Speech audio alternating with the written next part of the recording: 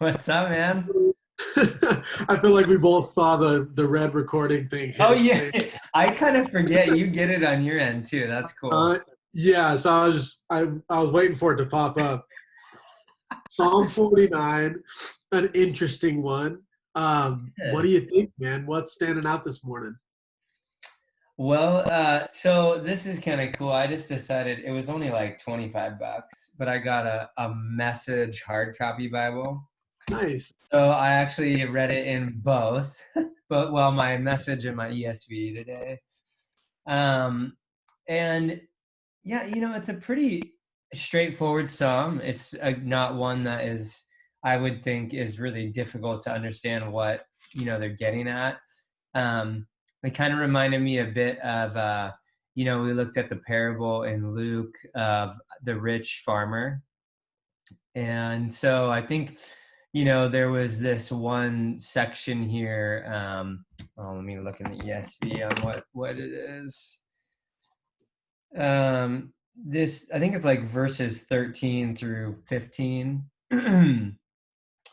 um in the message it says, this is what happens to those who live for the moment, who only look out for themselves. And this is pretty rough language, but Eugene says it this way, death herds them like sheep straight to hell. Yeah. um but I think I just this whole idea, right? Um, we're not immortal. I love how he says it there. He says, we're not immortal. We don't last long like our dogs. We age and weaken and die. And, we put some time. I just think, like, as you get older, I think perhaps it gets easier to understand that life is shorter, and it's, I think, a little bit easier to have a longer view on things. That's super hard when you're young. I mean, I never thought, I didn't care about anything when I was young, and so I am always impressed with our our students who do kind of get it and recognize, we just living recklessly for the moment. um, or again, even how this one ends too with the message version here. And what we see, and we're going to see a little bit of it tonight, I think, too, the dichotomy of living for the world and living for Jesus. So don't be impressed with those who get rich and pile up fame and fortune. They can't take it with them.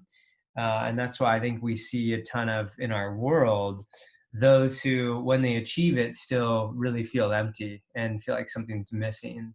And so I love, we had it earlier on. Nate has it tattooed on his thigh, but I lack nothing, being content and recognizing how much we do actually have in following Jesus.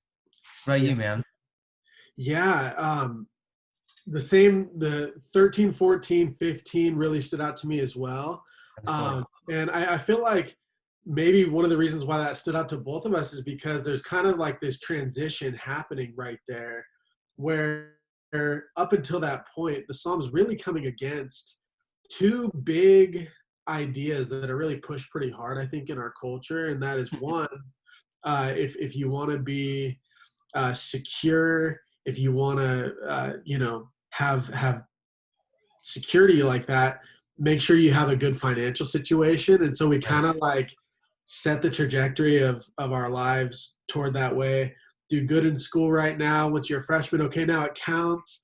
Yeah. And you're a senior, okay, you got to really make sure that these things are adding up so that you can get into a good school, so that you can get a good job, make sure you save, so that essentially you can have security with a good financial situation.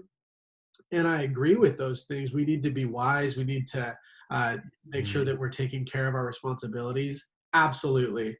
That's a priority for me. It'll be a priority for my kids. However, if we trust primarily in that, Mhm. uh, man, ultimately, money can't save us. Like you said, we can't take it with us Mhm. after we die. And so while it's a good thing, it shouldn't be the ultimate thing. And then another idea that's really pushed in our culture, I think, is just to trust in yourself and believe in yourself. Mhm. And I'm all for self-esteem and all of that. Yeah. But check out verse 13. It says, "This is the fate of those who trust in themselves." Hmm. And it says, "And of their followers who approve of their sayings, they are like sheep," like you said. And this is the NIV. "They are like sheep and are destined to die. Death will be their shepherd." It's like, whoa, okay. Yeah. I need to reevaluate, right? I love you. So in the message in 7 through 9, because I just love how he phrased it. Eugene says, "Really, there's no such thing as self-rescue or pulling yourself up by your bootstraps." You know. Yeah, exactly. Yeah, well put. So you have these ideas, and then I love verse 15. It says, "But God." Yeah. But God. So, like, these other things can't save you, but God will redeem me, the psalmist says. And to redeem, it means to purchase back with a price in order to set free. God will purchase me back. And Ephesians 1 says, "In him, in Jesus, we have redemption through his blood, the forgiveness of sins according to the riches of his Hmm. grace." So it's not the riches that we can build up for Hmm. ourselves on this earth, or because we're trusting in ourselves or our own abilities. Um, no, we have redemption. We're purchased back from the shepherd of death. The good shepherd purchases us back with his blood, and I'm just really stoked about that. And so I was just thinking about that this morning. That, man, as good as it is to be the best we can be and have self-esteem and self-worth and all of that, I agree with that. And there's no sin in making money, but I'm really thankful that I have more than that, and underneath that I can look to Jesus, who loves me enough to die for me. So yeah, it's good stuff, man. Yeah, so good. Well, it's Wednesday, so we have some fun stuff planned for students tonight, and super stoked too to look at. We do this. We've been looking at John 14, verses 15 through 31 the last week too, and just some really rich stuff. Tons of connections to what we've been seeing in the Psalms. So it'd be cool to talk through some of that stuff tonight too. Looking forward to it. All right, Wear your brother. tie. Yeah, that's right. Formal night.